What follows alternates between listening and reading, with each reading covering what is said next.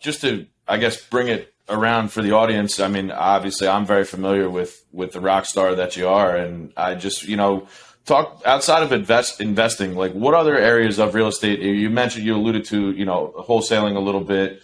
What other things are you involved in? Obviously, and just for the audience members that are not familiar with Courtney, she does run one of the bigger areas, RIAs, I should say, rather, in the New Orleans area. But it's beyond just New Orleans. It's obviously out into the North Shore that you mentioned earlier, into Baton Rouge, and then out obviously into the Gulf Coast. So talk to us a little bit about that. Like, besides investing itself and getting into the nitty gritty of your deals, and your flips and things like that. Like, what else do you do? So I started off flipping. I added in wholesaling. And then when I realized that was a day job, I wanted to add wealth. I started buying rental properties. So I have a portfolio in Louisiana, and then I have a portfolio in Mississippi on the Gulf Coast. And I've bought a ton of that stuff. A lot of it's been through creative financing. I'm very much see myself as a creative real estate investor.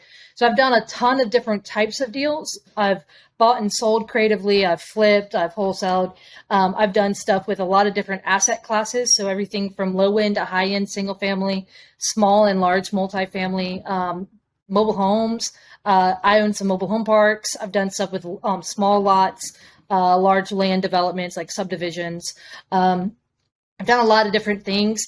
And at the end of the day, I really enjoy playing chess with real estate. Like so right now I have one of my properties that I'm selling and it's fully gutted and I just don't want to rehab it because I made my money by solving some title issues with it. And now that it's time just to rehab it, I'm like, I'm so bored. So I was like listed at that point. So I really enjoy deal structuring, raising money, finding deals and stuff like that. So I do run a RIA, a Real Estate Investor Association. That is one of the biggest things I recommend people to get involved with in their local area. Critical when I didn't find one that I really enjoyed in my area. I started one in 2018. And so we've had a few thousand people come through the doors of those events over the years. And so I always really enjoy that.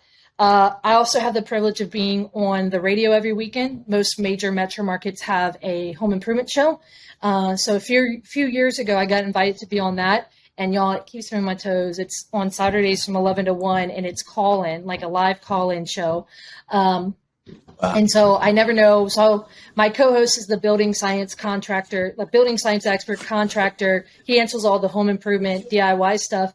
And then I answer all the real estate stuff, everything from buying, selling, investing, renting, and then all the complex stuffs that can kind of ravel off from there.